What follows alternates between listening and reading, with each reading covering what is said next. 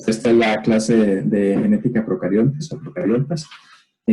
Como les había comentado en la semana anterior, el dominio de bacterias es gigantesco y por un lado entonces tenemos la mayoría de bacterias son cultivables. Se dice que más o menos un 1%, sin embargo hay muchos grupos y de hecho es uno de los temas hot topics que hay ahora en la microbiología, es cómo cultivar los incultivables. Aún así, bueno, y aparentemente lo que está pasando es que las bacterias viven en consorcios, ¿verdad? En la naturaleza, en el suelo, en el agua, dentro de diferentes eucariontes. Y al vivir en consorcios, entonces no todas tienen que tener todos los genes para sintetizar todo, sino digamos que se dividen las funciones, ¿verdad? Entonces unos producen algunas cosas que son reutilizadas por otras, que son reutilizadas por otras, y así es un ciclo perfecto, ¿verdad?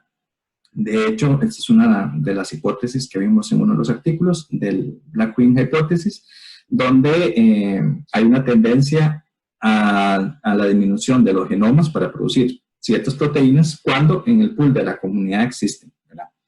Pero por ejemplo, cuando vemos aquí toda esta rama de la derecha son grupos candidatos de los cuales no son cultivables que se han extraído a partir de ADN ambiental. Pero en términos sencillos podemos decir que los microorganismos procariotas tienen un tamaño entre 0.2 a 10 micrómetros. Sin embargo, hay otras bacterias que se llaman bacterias gigantes, que, bueno, a algunos les tocará exponer más adelante un artículo sobre eso. Pero, por ejemplo, hay unas que llegan a medir hasta 750 micrómetros. Es decir, muchas de estas se pueden casi que ver a simple vista, ¿verdad? Es impresionante la diversidad, entonces, también de tamaños que pueden haber. Las bacterias pueden tener diversidad de formas, ¿verdad? Entonces, como son filamentosas, esferas, barras, sacacorchos, hélices. Una característica también general de las bacterias es que no tienen núcleo definido ni presentan orgánulos membranosos internos. Sin embargo, también hay excepciones. Por ejemplo, el grupo de los plantomesetes, que son los grupos más interesantes, tienen un tipo de membrana muy parecida o muy preliminar, muy semejante a lo que se parece a un núcleo de un eucarionte. De hecho, se dice que están ahí, son en uno de los grupitos hay un poquito más parecidos a los eucariontes que están en medio. Y lo otro, también tienen algunas otras órganos membranosos internos que se asemejan también a las membranas donde están los ribosomas. Lo otro es que las bacterias tienen diferentes métodos de dispersión, ¿verdad? Algunos por flagelos, otros por swarming, que es un tipo de movimiento y desplazamiento especial. Entonces podemos clasificar las bacterias bueno, hay diferentes formas, ¿verdad? Entonces, como les dije, bueno, hasta el momento, las bacterias, y en estos momentos, el principal sistema de clasificación se basa en las secuencias de ADN, y dentro de las secuencias de ADN, básicamente el gen 16S. Yo pienso que en el futuro próximo se van a estar cambiando un poquito, ¿verdad? Entonces, siempre hay una crítica fuerte en que uno caracteriza todo un genoma a partir de un gen, o en estos momentos incluso con las secuencias de Illumina, simplemente un fragmento de un gen de, no sé, entre 200 y 300 pares de bases, ¿verdad? Entonces, esa es una crítica fuerte en las cuales que se usa la clasificación taxonómica, ¿verdad? Sin embargo, es el método más práctico y que se sigue usando. Es probable que en el futuro, y como están avanzando las tecnologías y bajando los costos, uno más bien trabaja a nivel de genomas completos, entonces lo que se llama filogenómica, y a partir de un genoma completo y el análisis de, no sé, entre 100 y 300 genes o proteínas, uno puede hacer unas estimaciones taxonómicas más precisas. Pero, bueno, eso es hacia lo que se va. Hoy y clásicamente, entonces, las bacterias se clasifican por forma. Entonces tenemos esféricas, que son los cocos, las barras, que son los bacilos, espirales, tenemos también por los medios de locomoción, por los pigmentos, por las diferentes necesidades de nutrientes, por la apariencia de la colonia y por las características de la tinción grano. Entonces tenemos, como les comenté, cocos, entonces bacterias esféricas, bacilos que son forma de bastón, espirilos que son helicoidales o vibriones que son curvas. Depende de la pared celular, entonces tenemos gram positivas y gram negativas que vamos a ver un poquito más adelante. Luego tenemos por el método de obtención de energía, entonces tenemos las autótrofas, y entre las autótrofas tenemos las fotoautótrofas que utilizan la luz, las quimiotrótrofas que utilizan procesos tanto de oxidación como de reducción para obtener la energía, las litótrofas, que aunque se parecen a las quimiótrofas, es sustrato mineral, entonces algunas inclusive, no sé si alguien va a exponer sobre esto, básicamente algunas que se pueden utilizar de fuente de energía, el hidrógeno tal cual, ¿verdad? Y tenemos las heterótrofas, por otro lado, que son las que se necesitan, obtienen su energía a partir de otros organismos. Incluso, y no solamente en bacterias, sino por ejemplo en protistas, existen organismos que se llaman mixótrofos, es decir, que algunos tienen la capacidad de hacer fotosíntesis en algunos momentos y en algunos otros momentos pueden consumir su alimento a partir del medio. En cuanto a requerimientos de oxígeno, existen bacterias aerobias que requieren oxígeno, aerobias que no lo requieren, y dentro de esto también hay aerobias facultativas y anaerobias facultativas, es decir, que tienen un estilo de vida predominantemente en ambientes anaerobios, pero si existiera oxígeno, podrían vivir también. Y como ejemplo de bacterias, vean, esta es un aislamiento que yo hice, la bacteria, la roja que está a la derecha, es un aislamiento que yo hice a partir de los intestinos de algunos coleópteros. En ese momento estaba buscando celulasas, entonces, bueno, como ustedes, coleópteros que se alimentan de madera, entonces estuve aislando bacterias y me encontré esta bacteria preciosísima con un rojo intenso y no sé si alguno de ustedes la conoce, es una Serratia. Y curiosamente la Serratia tiene una historia muy interesante, porque normalmente cuando uno cultiva esta bacteria en oscuridad, que es una bacteria blanca, ¿verdad? Sin embargo, apenas se expone la luz, genera esos pigmentos con esa coloración hermosísima. Y se ha encontrado, no sé si ustedes han escuchado, hay una celebración religiosa que se llama el Corpus Christi, ¿verdad? Que es la transformación del pan en el cuerpo de Cristo, ¿verdad? Y que se dio en Italia. La historia de esto es que aparentemente en algún momento un sacerdote sacó una hostia y la hostia se puso roja, ¿verdad? Entonces que fue como el pan se transformó en el cuerpo de Cristo. Bueno, aparentemente, y la explicación es un poco más microbiológica, que esa hostia estaba llena de Serratia, entonces al ponerse la luz se transformó en rojo, y bueno, ahí está la explicación científica. Luego, por ejemplo, en las bacterias de abajo, lo que tenemos son estos son aislamientos, déjenme ver el nombre, estos son actinomicetes. Entonces, las bacterias, por ejemplo, la Serratia es una gram negativa, es una gamma proteobacteria, entonces uno ve que son lisitas, con color.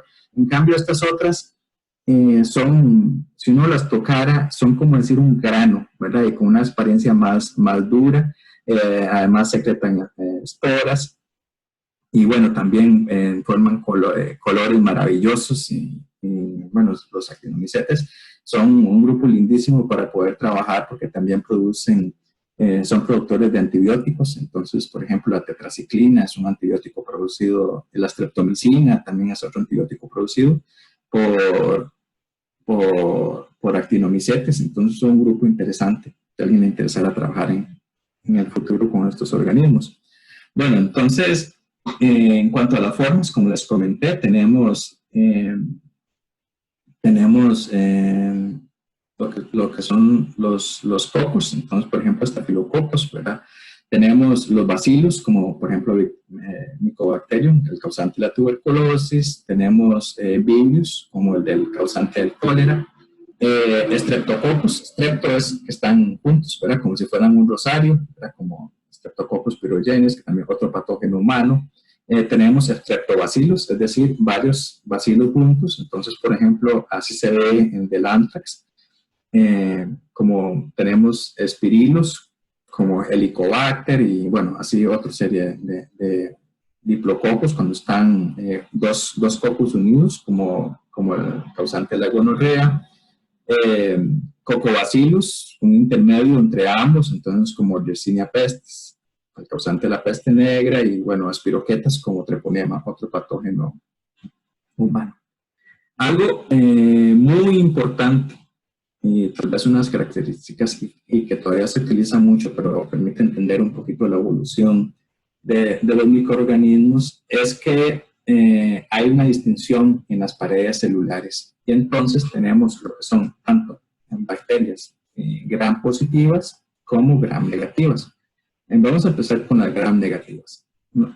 Bueno, tal vez a lo mejor con las gram positivas. Las gram positivas normalmente tienen una membrana citoplasmática y tienen luego de eso una pared un poquito más gruesa de peptidoglucano.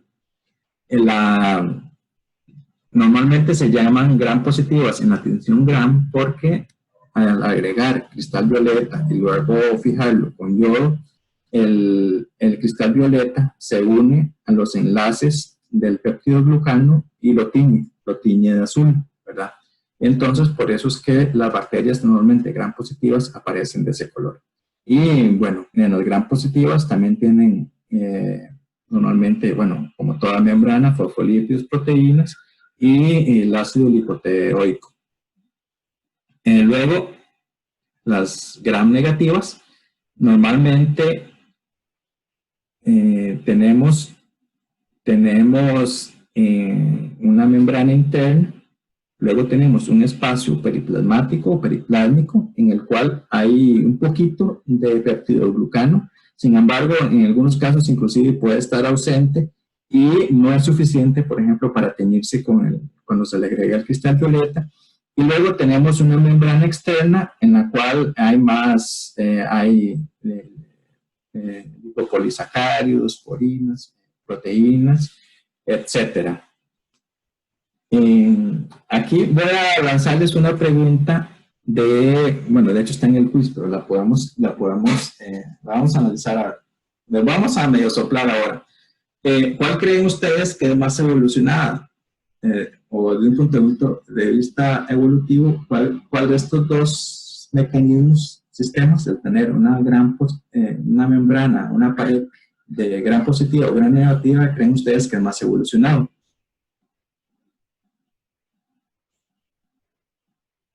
¿Alguien que alce la mano? ¿Que se atreva? José, ¿cuál cree usted que es más evolucionada? Suave que estoy dándole mente.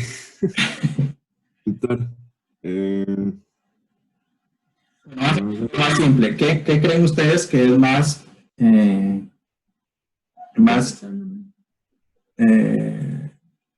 Yo digo que la gran negativa, profe. ¿Por qué? Por la manera en que están organizados, no sé, por esos dos, como que está membrana interna y membrana externa, no sé, me parece que tal vez. ¿Quién me alzó la mano? Me parece que Beatriz. Sí, yo pensaría que la gram negativa, por el hecho de que tiene como más selección por las dos membranas, ¿verdad? Entonces como que puede seleccionar mejor lo que entra y no a la célula.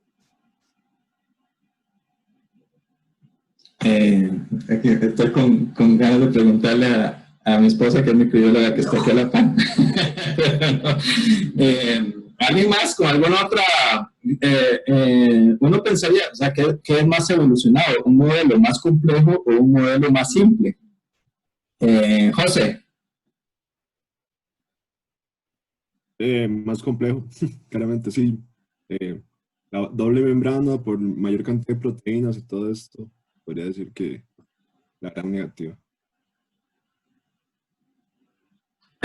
Bueno, ahí curiosamente, y no es, tampoco hay evidencia súper robusta, pero aparentemente lo que se dice es que evolutivamente y en condiciones más extremas era necesario tener doble membrana para protegerse. Pero con el tiempo, en condiciones para invadir algunos patógenos o en condiciones más, digamos, menos extremas, más bien una ventaja, digamos, adaptativa en el más bien no tener tanta membrana. Es decir, simplificarse un poco la vida con la estética, ¿verdad?, externa, y ir con la vida un poco más sencillo, con algunas modificaciones. Entonces, más bien, sí, aparentemente fue al revés, ¿verdad? Primero fue un diseño más complejo y con el tiempo se fue simplificando. Creo que más adelante lo vamos a ver, esta simplificación en evolutivo en la pared celular también tiene varias implicaciones en cuanto, por ejemplo, el contenido de GC, es decir, de guanina y citosina, que hay algunas variaciones, y también tiene algunas implicaciones evolutivas, por ejemplo, para poder defenderse o ser más atacados, digamos, por ciertos patógenos. Entonces, bueno, ahí se los dejo para que lo piensen porque va a haber una pregunta de quiz relacionada con esto. Vamos a la siguiente diapositiva. Ay, ¿cómo hago? Ok. Bueno, esta es básicamente para ilustrarles teóricamente cómo funciona la tensión Gram. Entonces, normalmente uno tiene un cultivo de microorganismos, ¿verdad? Una bacteria normal. Entonces, lo que hace es, por ejemplo, en una plaquita, agarra un poquito de la bacteria, ¿verdad? Las tira un poco, lo que se llama un smear, ¿verdad? A veces la calienta un toquecito para que se seque, agrega cristal violeta, un ratito, ¿verdad? Luego normalmente agrega un poquito de yodo. El yodo sirve como un fijador, ¿verdad? Ya de la coloración. Luego decoloriza todo el exceso de color normalmente con alcohol, y luego lo que hace es agregar safranina. La safranina tiñe todo lo que no se haya teñido, y particularmente el núcleo de las bacterias. Entonces, al final se obtiene un resultado, ¿verdad? Las que son púrpura o azules van a ser gram positivas, y las que son gram negativas van a ser rojas. Es más o menos. Entonces, para los microbiólogos clásicos, todavía se sigue utilizando, no sé si ustedes lo escuchan, ¿verdad? Esta es una taxonomía un poco, digamos, más primitiva o muy básica de la microbiología. Hoy ya no se usa tanto, ¿verdad? Entonces ya uno prefiere especificar más, porque todavía las gram negativas y gram positivas cubren muchos grupos, ¿verdad? Entonces no hay tanta especificidad. Entonces uno, por ejemplo, prefiere decir que en gram negativas tenemos unas gamma proteobacterias, unas alfa proteobacterias, o en gram positivas uno dice tenemos Firmicutes, tenemos Clostridios, tenemos Actinovicetes, tenemos Lactobacillus, ¿verdad? Entonces, aunque es una denominación general, digamos, es ya, y todavía se usa, normalmente no es lo más apropiado. Vamos a hablar ahora un poquito sobre la estructura de las bacterias. Entonces, tenemos tanto la estructura externa como la estructura interna. Y algo importante que normalmente no se menciona en la estructura de las bacterias es que tienen una capa externa constituida básicamente por glicoproteínas y lipopolisacáridos, que actúa como un depósito que protege la desecación. ¿Qué es esto? Normalmente tenemos la bacteria tal cual, pero normalmente ellas tienen, como decir, un halo, ¿verdad?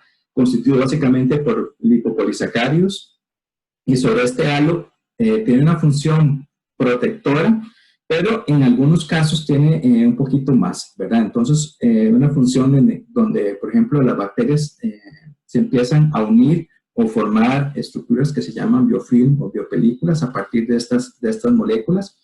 Además, cuando muchas bacterias actúan en consorcio, ¿verdad? Entonces forman unas grandes masas. Entonces, en algunos casos, por ejemplo, son a las babas que uno puede ver, no sé si han ido, por ejemplo, a algún termal, ¿verdad? Donde uno ve ciertas cosas babosas, ¿verdad? Que ya es una cantidad impresionante de lipopolisacáridos que se pueden producir. Muchas cianobacterias producen, por ejemplo, pero bueno, muchas otras bacterias.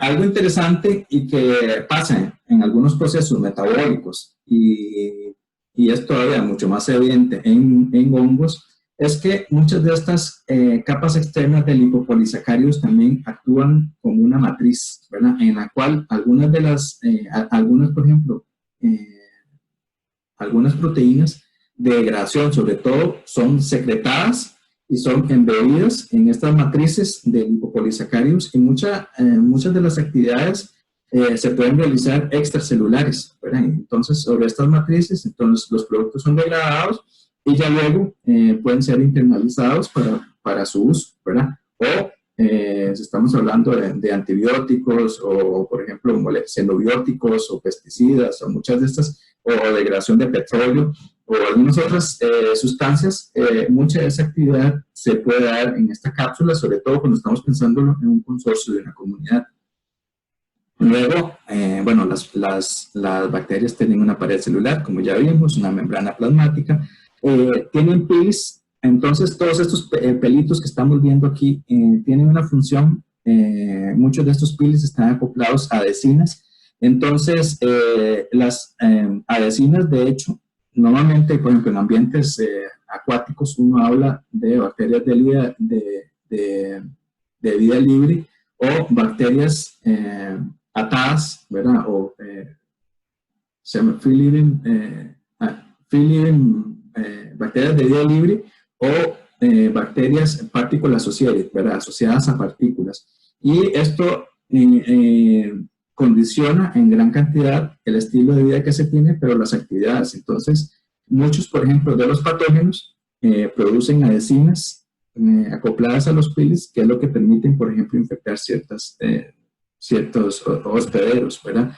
Los pilis también tienen una función importantísima, y lo vamos a ver más detalladamente, que tiene que ver con la conjugación, es decir, bueno, alguna gente lo llama el sexo de las bacterias, que constituyen pequeñas estructuras sexuales, no son sexuales, pero bueno, que permite conectar una bacteria con otra, ¿verdad? Y a través de esta pueden pasar el material genético. Entonces, bueno, son componentes importantes.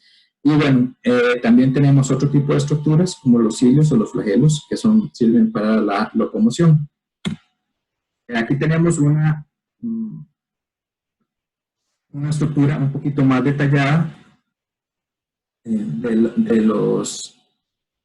tenemos una estructura un poquito más detallada de los flagelos. Vean, por ejemplo, aquí, esta es una gram negativa, ¿verdad? Entonces, donde tenemos diferentes componentes estructurales, como ruedas que atravesan una membrana, y luego otra membrana, se acoplan a los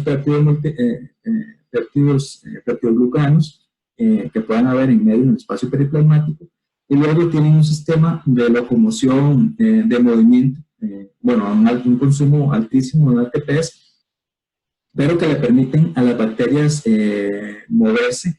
Mucha gente, vean, estructuralmente esto es interesantísimo, porque entonces ya hay mucha gente que ha estado empezando a idear diferentes sistemas de movilidad acuática, por ejemplo, a partir de este tipo de estructuras.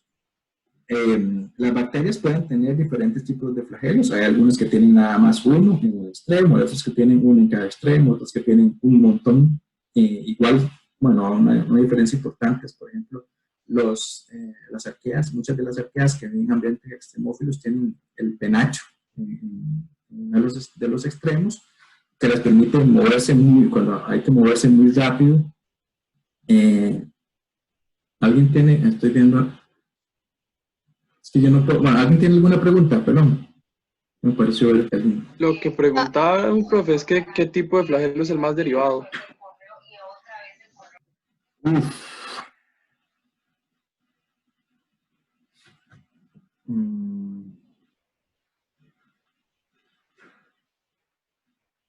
No lo sé, no lo sé. Yo pensaría que el más simple, otra vez, con este tipo de mecanismos sería el más derivado. El que es uno solo en un extremo, porque no solamente tiene que ver con el movimiento per se, ¿verdad? Pero también tiene que ver con el sistema de la bacteria, con los mecanismos que tiene para poder sensar el ambiente y poder moverse, ¿verdad? Entonces, por ejemplo, uno que tiene dos, mira que es más fácil, pero probablemente sería menos derivado, ¿verdad? Es un poco, habría que verlo en un contexto genómico total, ¿verdad? Y no solamente en uno solo, pero yo pensaría que los que tienen uno solo serían más derivados. Vamos a ver que las arqueas tienen un montón, ¿verdad? Pero no controlan también el movimiento, pero tienen que tener una propulsión muy rápida. De hecho, se ha encontrado que las bacterias, las arqueas, son uno de los organismos más rápidos en la naturaleza. Normalmente, la velocidad para poder comparar diferentes tamaños, ¿verdad? Entonces, se mide en cuántos cuerpos por segundo se pueden desplazar. Se llaman varios per second, ¿verdad? En eso se mide la velocidad de muchos organismos. Entonces, el chita, por ejemplo, que es uno de los animales más rápidos, se puede moverse a 15 cuerpos por segundo, varios per second. Sin embargo, las bacterias, muchas de las arqueas extremófilas que viven, no sé, a 400 grados de temperatura, viven en estas ventilas hidrotermales, donde, por ejemplo, cuando hay una explosión, ¿verdad?, de hidrotermal, pueden cambiar de temperatura muy rápido. Entonces tienen que moverse muy rápido para evitar ese cambio de temperatura que los puede matar. Y entonces, algunas de esas pueden alcanzar hasta 500 varios per segundo, ¿verdad? Que es una cosa impresionante. Pero en general, yo pensaría que son las que tienen uno solo. Pero bueno, hay que verlo en un contexto genómico un poquito más amplio. Si alguien tiene otra, hágamelas. Es que vieras que yo no puedo ver, no me parecen bien cuando alguien tiene una pregunta, pero bueno, dale, que alguien está pidiendo, ¿verdad? Hablar. ¿Alguien tiene alguna pregunta? Era que Paola decía que gracias. Muy interesante. Ah, ok. Sí, es que yo no puedo ver bien. Cuando alguien me hace una pregunta, solo me aparece un puntito rojo ahí. Bueno, continuamos.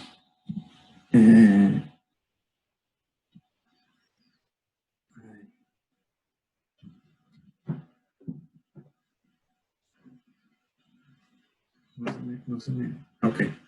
En cuanto a la estructura interna, entonces es el clásico que uno ve desde la escuela, ¿verdad? Las bacterias tienen el citosol, el citoplasma bacteriano, tenemos los ribosomas, que es para la síntesis de proteínas, el mesosoma, que son algunas invaginaciones, y muchas bacterias, no todas, pero aún así se han encontrado en todos los grupos, plasmids, que son elementos de ADN extracromosomal.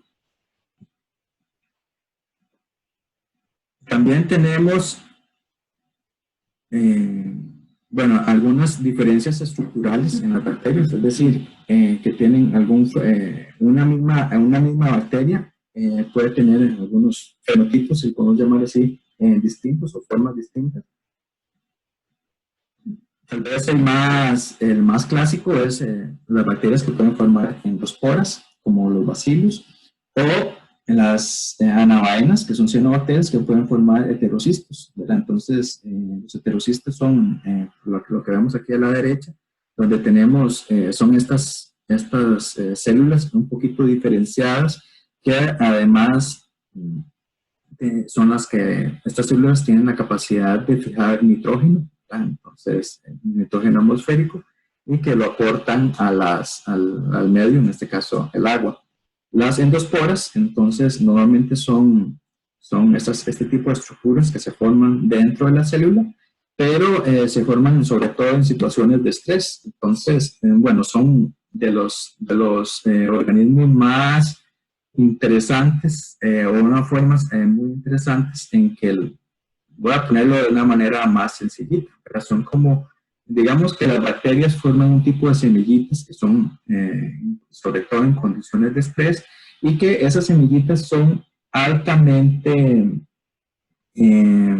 resistentes a las condiciones de la sequía, a condiciones extremas, y que pueden sobrevivir condiciones inhóspitas que permanecen ahí hasta que se encuentren en las condiciones propicias. De esto hay muchísima evidencia, se han encontrado muchas endosporas en fósiles con cientos de millones de años, y se han logrado, luego se ponen en un medio cultivo y crecen como si nada. Eso también tiene implicaciones médicas importantes. Como todos sabemos, no sé si ustedes han escuchado hablar sobre enfermedades nosocomiales, es decir, que muchas de las enfermedades que se adquieren en los hospitales, sobre todo, no sé, alguien que iba, voy a ponerme extremo, ¿verdad? Alguien que iba por un dolor de uña al hospital y al final terminaron cortándole la mano, ¿verdad? O terminaron cortándole el pie, o terminó en una infección que acabó con él. Normalmente, y esto se da porque muchas bacterias, sobre todo algunos patógenos humanos, sobre todo los clostridioides, ¿verdad? Producen esporas, y entonces muchos de los hospitales están, aunque se limpien bien en condiciones sépticas, se producen millones, y las esporas son altamente resistentes. Y entonces, en algún momento que se va a operar a alguna persona por una causa, digamos, algo pequeño, puede ser que caigan de estas esporas, por ejemplo, de estos clostridios. Y además, si la persona está un poco inmunosuprimida, lo pueden afectar mucho, ¿verdad? Entonces, es un grave problema en la salud y es una grave preocupación en los hospitales. Vamos a hablar ahora un poquito sobre la evolución de los genomas microbianos. Entonces, en cuanto a esto, los genomas normalmente tienen, bueno, se componen tanto del endogenoma, que se llama también en inglés el core genome o los genes esenciales, y también tienen exogenomas, que son todos los genes accesorios. Entonces, muchos de los genes accesorios están en plásmidos. Bueno, también existen los integrones, las islas genómicas y los transposones. Por otro lado, de las fuentes de variación o evolución en los genomas microbianos, normalmente se ha señalado como la más importante las mutaciones. Entonces, y que siempre hay un trade-off entre la generación de nuevas mutaciones y luego la reparación. Y bueno, más hacia el final de la clase pensaba a discutir un poco sobre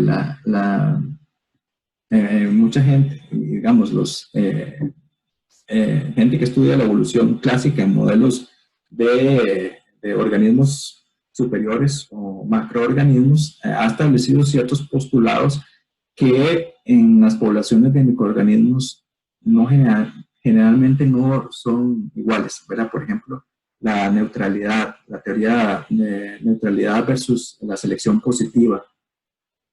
En microorganismos no se da necesariamente, pero bueno, eso lo vamos a discutir un poquito más adelante. Y lo otro es que también otra de las fuentes de variación en los genomas es la transferencia de genes, o lo que se llama la horizontal gene transfer, la transferencia horizontal de genes o transferencia lateral de genes, como también se le llama. Y esto es que los organismos tienen capacidad de pasar, los microorganismos y las bacterias, de pasar genes de unos a otros. Es un juego ahí importantísimo y es una fuente de evolución muy amplia. Y hay tres formas principales en que los organismos transfieren genes de unos a otros. La primera es la transformación. La transformación es cuando hay, para ponerlo de una manera simple, hay forman algunas bacterias que se llaman competentes, que pueden tener algún tipo de poros en las membranas. Existen naturales o existen otros que son inducidos más, que se utilizan mucho en biología molecular y en genética, en el cual uno puede pasar un plásmido a una bacteria a través de estos o genes, o inclusive un cromosoma completo a otra bacteria a través de la transformación, a través de estos poros. El otro mecanismo es la conjugación, que es esto que les comentaba anteriormente, en el cual a través de pilis hay un contacto directo físico de una bacteria con otra, entonces a través de esto se pueden transferir genes o plásmidos. Y el otro es la transducción, cuando ADN de una bacteria es tomado por un bacteriofago o un fago y puede luego ser pasado a otra bacteria a través de este mismo fago. Cada uno de estos tres procesos tiene implicaciones grandes en la evolución, pero también prácticas que, bueno, vamos a discutir un poquito más adelante. ¿Cuál es el tamaño de...? Sí. Tengo una duda sobre lo de la transferencia horizontal de genes. Ajá. ¿Una bacteria puede tomar genes de su hospedero o no puede pasar una transferencia horizontal entre hospedero y simbionte? Eso es un temazo, Vean, es curioso que ahora que se están secuenciando muchísimos genomas, uno empieza a ver que, inclusive, estamos hablando de humanos y animales mamíferos, pero podemos hablar también de protistas, de otros, y en general hay una gran cantidad de genes que provienen de... Entonces uno detecta genes bacterianos, genes de protistas, genes de hongos, genes de virus, y que puede llegar, no sé, voy a en algunos casos, 4%, pero puede llegar hasta más, ¿verdad? Entonces, hay una, ¿cómo decirlo? Una transferencia, una orgía de genes de un lado para otro, ¿verdad? Y aunque es menos común de genes eucariontes a genes procariontes, también se han encontrado. Entonces, y porque hay muchísimos mecanismos operando, ¿verdad? Entonces, es muy, muy conocido. Y algunos casos muy interesantes es donde, por ejemplo, algunas bacterias tienen ciertas funciones, pero cuando están reduciendo su genoma, en sus procesos evolutivos, particularmente cuando son parásitos muy específicos, inclusive muchos de sus genes se los transfieren al genoma al núcleo del hospedero para que los sintetice, ¿verdad? Y entonces ya, inclusive, hasta se libran de producir membranas, ¿verdad? Cosas así ya tan grandes, ¿verdad? Y no solamente síntesis de aminoácidos, otras cosas. Entonces, sí, se ha encontrado más de microbioma, de procariontes a eucariontes, pero también hay varios ejemplos de eucariontes a procariontes, en ambas vías. No sé si alguien tiene alguna otra duda con esto. Bueno, continuamos. ¿Cuál es el tamaño de los genomas microbianos? Entonces, bueno, normalmente, si lo vemos en cuestión de tamaños, los virus naturalmente tienen tamaños muy pocos, que pueden ir desde 1 kb o 2 kb hasta más de 100, ¿verdad? Tenemos las bacterias, normalmente andan en un rango un poquito mayor, sin embargo, aquí este gráfico no abarca las últimas informaciones, ¿verdad? El genoma más pequeño es de 160 kb, ¿verdad? Que más bien estaría por acá, y tenemos otros que pueden llegar hasta 10 megas, pero bueno, por ejemplo, bueno, hay varias bacterias del suelo que tienen esto, inclusive más. Y si lo queremos ver, luego continuar un poquito para arriba, los hongos, hay algunos que tienen genomas muy pequeños, pero estamos hablando, no sé, sobre todo las levaduras. Pero sin embargo, también se pueden encontrar hongos sobre todo bacidomicetes que pueden tener genomas gigantescos que andan en los gigapares de bases. Los protistas también tienen una amplitud mucho más amplia, inclusive más grande que en muchos animales mamíferos. Y bueno, tenemos el resto de los animales, pero normalmente uno vería que andan entre 1 y 10 megas. Una Escherichia coli, por ejemplo, tiene un genoma de 4.2, 4.5 millones de pares de bases, ¿verdad? Y bueno, más o menos, hay si uno habla más o menos de un número de genes por cada, si uno puede estimar, digamos, cuántos genes por cada el tamaño del genoma. Entonces, por ejemplo, si Escherichia coli tiene 4.2, 4.5 millones de pares de bases, uno diría que tiene más o menos un genoma, tiene más o menos 4.000 genes, 4.200 genes. Es una relación de 1.000 pares de bases por cada gen, más o menos, ¿verdad? Si quieren en algún momento estimar. Profe, una duda. Sí. En el genoma microbiano no se toma en cuenta los genes del plásmido, ¿verdad? ¿O sí se toman en cuenta? Generalmente sí se toman. Entonces, cuando se secuencia todo, entonces se arman los contigs. Entonces, por ejemplo, uno agarra una bacteria, aísla el ADN total, ¿verdad? Y el ADN total lo secuencia y luego de secuenciarlo, lo que hace es armar las piezas. Entonces, probablemente cuando uno arma las piezas, le va a aparecer una pieza grande, completa, y le va a aparecer las piecitas pequeñas que son los plásmidos, ¿verdad? Y luego eso se anota y se cuenta. Entonces, normalmente sí se toman en cuenta el tamaño de los plásmidos. Generalmente los plásmidos son pequeños, ¿verdad? Aunque hay algunos que son un poquito más grandes que sí pueden tener una cantidad considerable de genes, ¿verdad? Pero en general, la cantidad de genes es mucho menor. Pero entonces todos los plásmidos que se utilizan en biología molecular, no sé, andan entre 3.000 y 10.000 pares de bases. En un genoma de 10 millones de pares de bases, en realidad es una relación pequeña, ¿verdad? No sé si alguien tiene alguna otra pregunta. Bueno, el ADN de las bacterias, entonces normalmente forma una estructura terciaria que se llama de súper enrollada, ¿verdad? Porque si uno estirara todo el ADN de una bacteria, por ejemplo, entonces cabría, las bacterias tendrían que medir más o menos 1.5 milímetros, ¿verdad?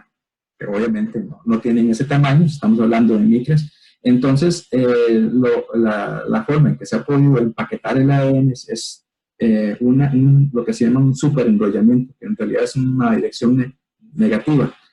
Y por eso es que cuando se da la duplicación, la replicación del ADN, hay topoisomerasas que lo que hacen es desenrollar ese ADN, es el primer paso, y desenrollando para que se pueda ver la replicación del ADN.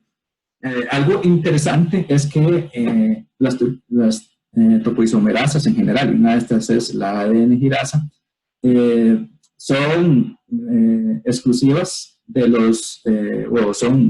son muy particulares de los microorganismos. Entonces, eso hace que sean blancos terapéuticos, por ejemplo, para los antibióticos. Entonces, algunas moléculas que atacan algunos antibióticos, por ejemplo, la rifampicina, que se utiliza para atacar particularmente este sistema y no afectan en general a los eucariontes.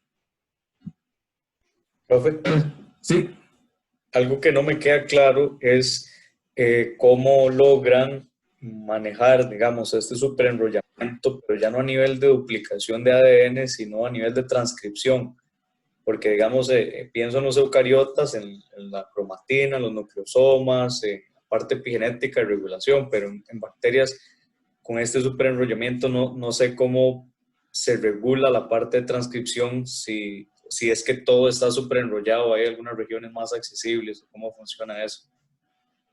También lo vemos un poquito más adelante, pero es una muy buena pregunta que me va a hacer un poquito más investigar, ¿verdad? Porque hasta donde yo sé, no hay mucho de la regulación del superenrollamiento, ¿verdad? Porque uno siempre piensa, ok, hay un receptor o se quita un represor y le damos, ¿verdad? Como en un modelo, digamos que 2D es muy sencillo, ¿verdad? Pero un modelo complejo, y antes de eso tiene que haber actuado la topoisomerasa, ¿verdad? Entonces, no sé si en algún momento en que se reconozca un promotor, aunque esté súper enrollado, ya luego a partir de ahí actuará la topoisomerasa, ¿verdad? O si será generalizado o estará además, no sé cuál es la cantidad de esas proteínas que están, digamos, ahí flotando, que están disponibles para poder actuar. Déjame investigarlo un poquito más. Me parece una pregunta muy interesante si uno lo ve desde un punto de vista un poco más tridimensional, ¿verdad? Porque ellas actúan en el momento, pero ¿qué le dice que actúa? ¿En qué momento? ¿Verdad? Un poquito me parece muy interesante. Sí, es que en eucariotas, digamos, si la región, lo que se llama cromática, si está ahí, igual está enrollado en histonas, pero es accesible, y si está heterocromática, no, ¿verdad? Puede ser igual facultativa, pero normalmente no está accesible. Pero es una cuestión así de histonas, de marcas epigenéticas, ¿verdad? Que se marque el ADN, se marquen las colas de las histonas, que hayan proteínas ahí asociadas, pero aquí en bacterias no se me ocurre cómo puede funcionar. De hecho, para mí esto del superenrollamiento es nuevo, la verdad, si soy honesto. El tema, o sea, vamos a pensar un poquito, entonces voy a batear. A mí me parece que como los sistemas de los procariontes son mucho más simples, pero más rápidos y más movidos, yo pensaría que es sistemático. O sea, están funcionando siempre, se están desenrollando y lo que viene, porque es que la tasa de replicación, por ejemplo, de las bacterias es muy amplia, ¿verdad? Entonces, digamos que los mecanismos pasan trabajando casi siempre en casi todas las regiones, ¿verdad? O en la duplicación del ADN. Lo que habría que ver es cuando hay una región particular, ¿verdad?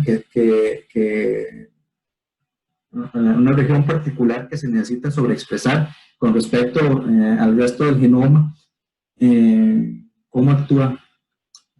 Está bueno para pensarlo un poquito. Sí. Bueno, voy a continuar. También ahora lo abordamos un poquito más cuando veamos un poco la replicación. Bueno, algunas otras características de los procariontes, entonces, es que, como les comentamos, tenemos genes codificantes y genes de ARN ribosómico. Hay genes, promotores y operadores. Tenemos operones, que son genes estructurales, expresados a partir de un promotor específico. Tenemos policistrones, que hay varios genes estructurales acoplados primero a un ARN mensajero, que luego se sintetizan y se diferencian en varias proteínas. En cuanto al tamaño de los genomas de los microorganismos, entonces, como hablamos, entre menos de un millón de pares de bases hasta más o menos 10 millones de pares de bases. Y si hay diferencias contra las arqueas, yo diría que no, ¿verdad? El tema es que simplemente conocemos más de genes de bacterias que genes o genomas de bacterias con respecto a genomas de arqueas. Sin embargo, son relativamente similares. Una característica importante de cuando uno habla de microorganismos es el contenido GC, y es un valor particular en el que se habla, entonces sirve para hacer algunos razonamientos, algunos diferentes análisis. Y entonces, en términos generales, el contenido GC corresponde al porcentaje de bases nitrogenadas de guanina y citosina en una molécula de ADN o ARN, y se puede analizar tanto por gen como en el genoma. Entonces, de hecho, esto es importante, por ejemplo, en la reconstrucción de genomas a partir de ADN ambiental, ¿verdad? Entonces, porque tenemos una mezcla de un montón de genes de diferentes especies. Sin embargo, hay ciertos usos de GCs o pepenucleótidos o ciertas formas específicas que se pueden rastrear hasta ciertas especies o grupos de especies o géneros. Y normalmente se dice que el ADN con bajo contenido de GC es menos estable que el ADN con alto contenido GC. Esto porque naturalmente los enlaces son un poquito más fuertes. Y también, entonces normalmente uno va a encontrar, por ejemplo, en ambientes con altas temperaturas, contenidos de GC más importantes. Algo curioso que también hemos visto es que también tiene que ver con la disponibilidad de nutrientes. Obviamente GC es mucho más caro, energéticamente más caro y consume más nitrógeno. Y entonces uno ha visto que, por ejemplo, los microorganismos que viven no sé, en la superficie del agua, en el mar, donde hay poca disposición de nutrientes, tienen un contenido GC más bajo. Sin embargo, los microorganismos que viven en las profundidades, más profundidades del mar, donde ha habido más sedimentación y hay mayor cantidad de nitrógeno, tienen contenidos de GC más altos, ¿verdad? Igual que tienen, como les comenté, en ambientes con más altas temperaturas, condiciones más extremas, tienden a tener un contenido de GC más alto. Y entonces uno ve que las bacterias presentan un contenido amplio, que puede ir desde casi el 20% hasta casi el 80% de GC en su ADN. Y bueno, también el contenido GC es útil, por ejemplo, para predecir la temperatura de anillamiento cuando uno diseña primers, entonces cuando hace un PCR. Aquí en esta figura de abajo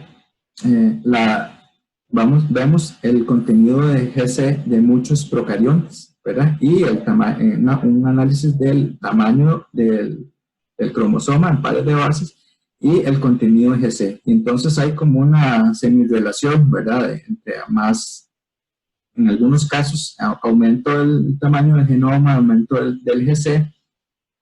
Pero también tenemos algunos casos extremos, como es el de Carsonella, que les comenté la semana pasada, que era la bacteria con el genoma más pequeño, que mide 160 kb, o sea, es menos de 1 millón de pares de bases, cualquier cosita.